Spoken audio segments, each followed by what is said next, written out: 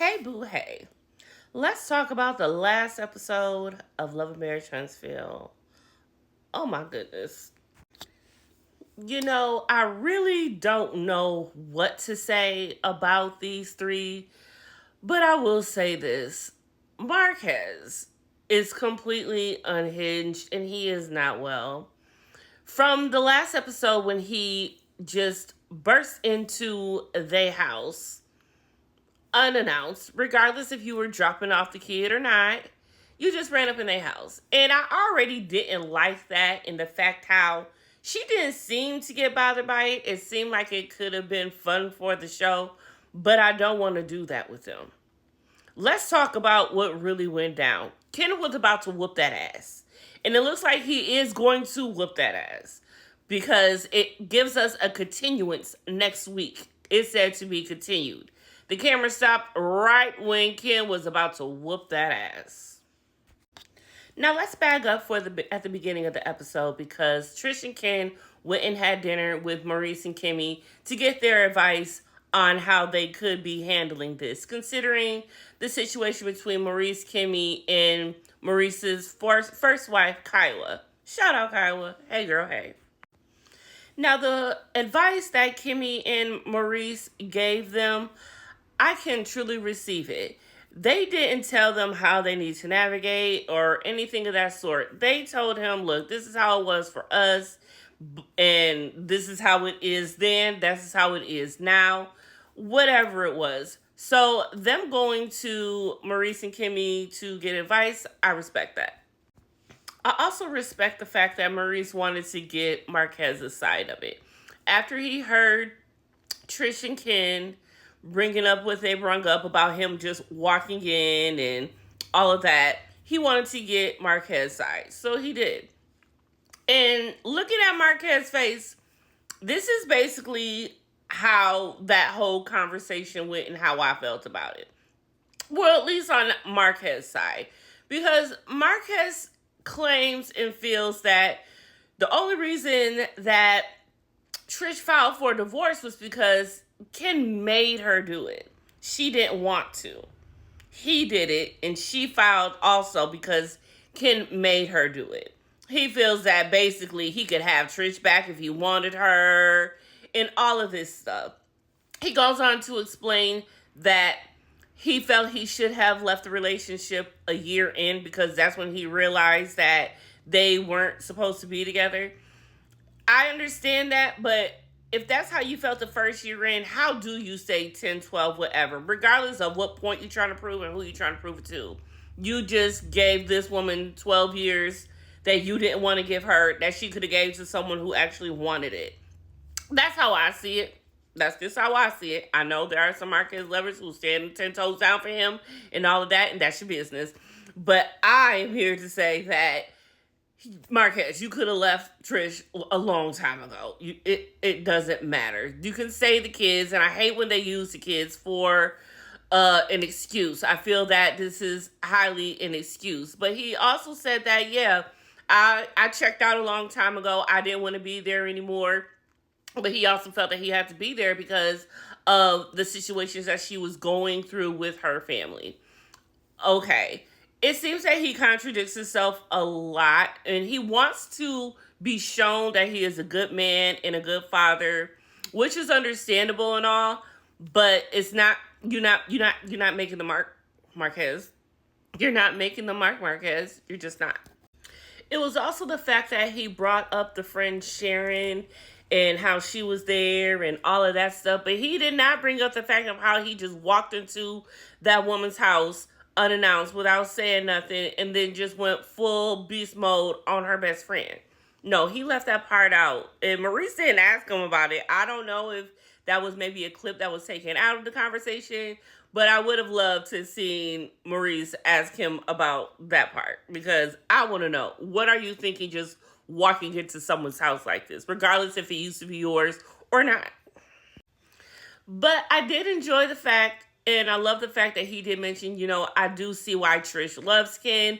Ken is just like her father. I'm not, but he still put a dig in there talking about she wanted me to be her father, and I'm not like that. Now I want to meet Trish's father, if he is still alive. I don't know. But let's get back to how we got here. Because when he came over, he came in and just walked in once again. He loves to do it. He loves to do that. And when he came in, I will say that he asked for a drink, and that was completely fine as a guest. Because they both had a drink. He asked for a drink. They had a drink. They didn't even offer him a drink. And so they go into talking or whatever, and the first thing that they're bringing up is boundaries, whoop, whoop, whoop. And you can tell that Marques is kind of getting offensive right away, because when they mention boundaries, he's like, okay, I'm working on boundaries. Boop, boop, boop, boop, boop. Okay, what else? How we going forward? We cool. It's just like you just want to do the steps, but not take the steps, Marques. Relax and calm down. You're just all over the place and doing too much. I feel like you're trying to prove yourself, but you're getting in the way of your own self at the same time, if that makes sense. However, I don't feel that Sharon should have been there for this conversation. Although, yeah, maybe he does owe her an apology, and maybe Sharon owes him one too. However that should have went. But she invited Sharon over at this conversation, and I don't think that should have even went down like that. I don't even know why Sharon was there, but it did add for a good dynamic to the whole scene. I will say that she was there. The faces that she was making, she was trying to be there to be a level-headed person. I can tell she's not there to be with the shits. So shout out to friend Sharon, because I don't think she was there to be with the shit. She was genuinely there for Trish and to get an apology. But the way that when she came in and Marques had offered her a drink, after they never got him the drink he had wanted, mind you, he never got that drink. It was so funny. You know, it is one thing. Marques is funny to watch in parts, but from what I understand, I don't believe he even makes it through the rest of the season. He gets, fired or kicked off. I don't know. I don't remember. But we're going to get to that eventually. But that is how this all went down. And it was crazy. We are getting an update on Scott Manor. We still ain't finished. We got about 4 more years to go. But I have faith we gonna get there. We gonna make it. We gonna make it. Scott Manor. And these two and their stories. And it's just like, what?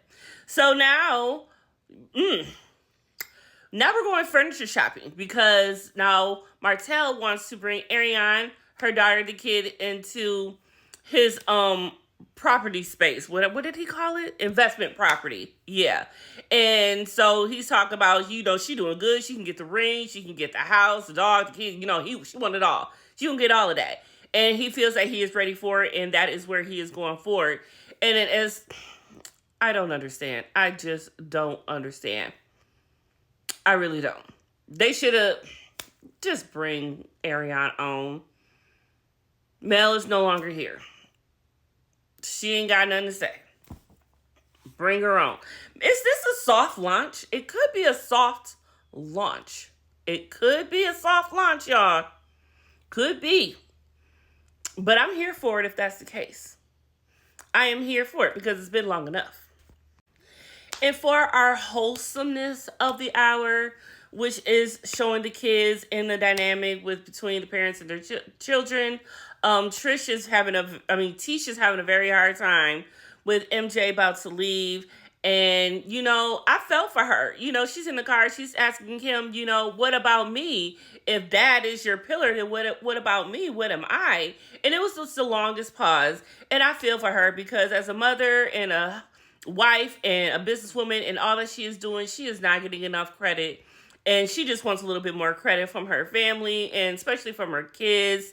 Marceau seems to be the fun one or whatever that they go to, and she is not. And I think she is seeing and feeling that.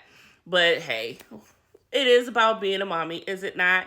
But I just love the fact that they are actually showing the children this season and giving us some good stuff and not just the drama. And I'm sure the drama is coming, but I'm glad they at least giving us this dynamic first before we get to that. That's all we want, is a little balance.